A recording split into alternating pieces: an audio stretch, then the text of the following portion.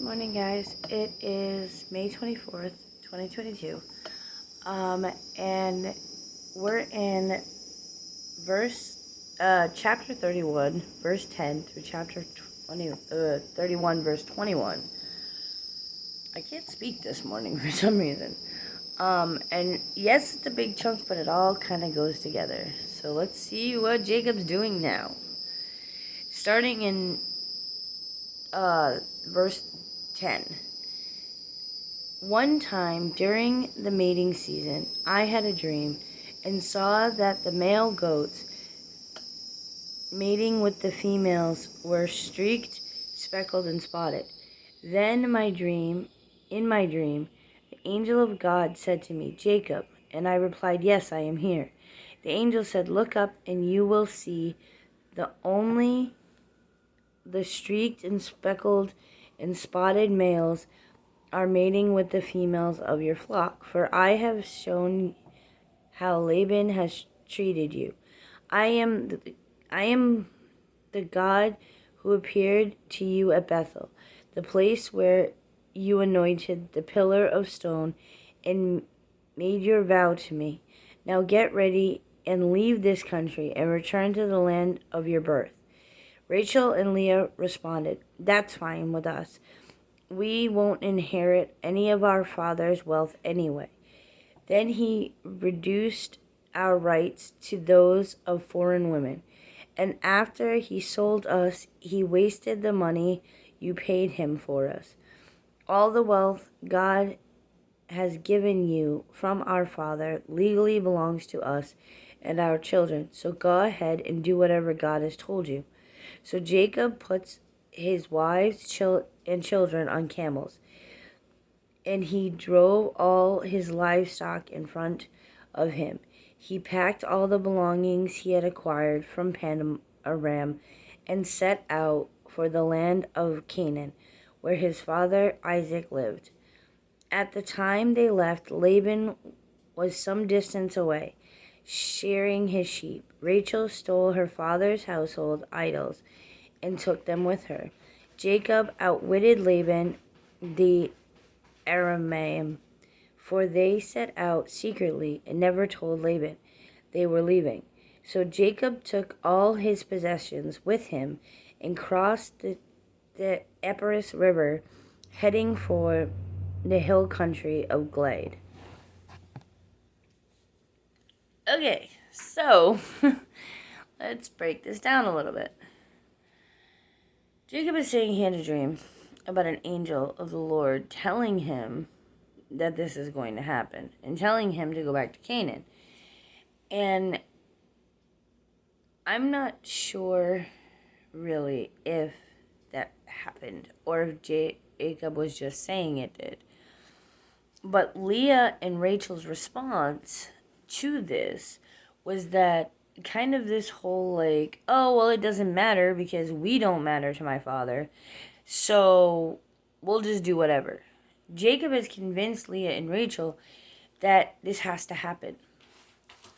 And Jacob then hears his wife say, "Well, we're not important enough." I'm sorry about that noise. That's actually my cat playing in a box. So I'm going to try to talk a little louder. Leah and Rachel feel kind of spited by their father in this moment.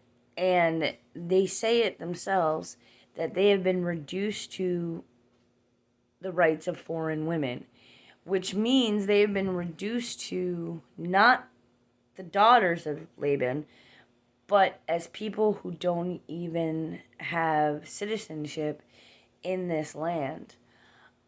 So Rachel and Leah, because they feel spited, are okay with stealing from Laban. And we know that when we add spite into things are going to go south real quick. So Leah and Rachel steal from their father. Jacob is stealing from Laban. And then they secretly leave in the middle of the night. And they make a break for it. When we've done this, and we have to admit this, we have sat there and said, oh, that's supposed to be ours. So I'm going to take it and I'm going to bounce. I'm going to take it, I'm going to run. And I'm going to deal with the consequences later. I always heard this saying when I grew up. Don't ask for permission, ask for forgiveness. And I saw nothing wrong with it for a long time. But now that I think back on that saying, everything is wrong with it. That's what Jacob is doing here. Jacob is like, whatever. I'm going to take everything. And Rachel and Leah, feeling spited, think the same way. Oh, well, we're going to take what we want and we're going to move on. And Jacob is running back to Canaan, where his father lived, Isaac. And right now, we're not seeing the consequences of Jacob's actions. We're going to see the consequences of Jacob's actions, just like sometimes we don't instantly see the consequences to our actions. But eventually we will. It's just a matter of time. And the thing that we need to remember is even if we don't see the consequences of someone else's actions, so if someone hurts us and we don't actually see the ending to the story, we need to trust in God, that God is a sovereign God and God will give justice how he sees fit, not how we see fit. See, Leah and Rachel are kind of taking the vendetta and the judgment upon themselves to make, because they feel spited, they feel hurt, and we need to acknowledge that. And they feel hurt by what their father is doing to them. And so they're taking justice in their own hands. They're saying, okay, well, you know what? We deserve this, and this is truly ours, so we can take it. Have you done that? Have you taken justice into your own hands? Have you sat there and really looked at a situation, whatever the situation is, and laid judgment upon it yourself? How did that work out? Did it blow up in your face? Like we're going to see it kind of happens to them? We need to trust in God. We need to trust that God is sovereign and he's going to take care of the problem. That's hard. That's hard for us to do, to give up the idea of justice right away and to see that God is going to handle it. Leah and Rachel didn't do that. Jacob is kind of the one who deserves a little bit of judgment himself. But they put the kids on the camels, they got on the camels themselves, and they took off. Even in this moment, God is with Jacob. Even in this moment, the moment of, oh man, come on, Jacob, what are you doing? God is with him, and Rachel, and Leah. And God is with us, even when in our moments of, oh man, I can't believe I did that.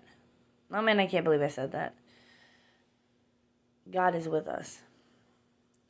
So, what is your moment of either feeling spite towards somebody, feeling like you need to judge that person, feeling like maybe you need to make judgment yourself? Or where is that moment where you're running away because you've done something and you sat there and you've done it and someone feels like they should place judgment on you? We all have these moments, both sides, and I like to point out both sides because that's the way it is. Sometimes we feel like we are the one who is spited, and sometimes we feel like we're the ones who spite others and who judge others.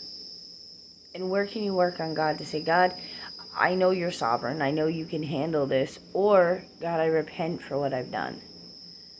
I hope today you see Jesus in all you do, and I hope today you see God's promise all around you, and I hope you have a wonderful day.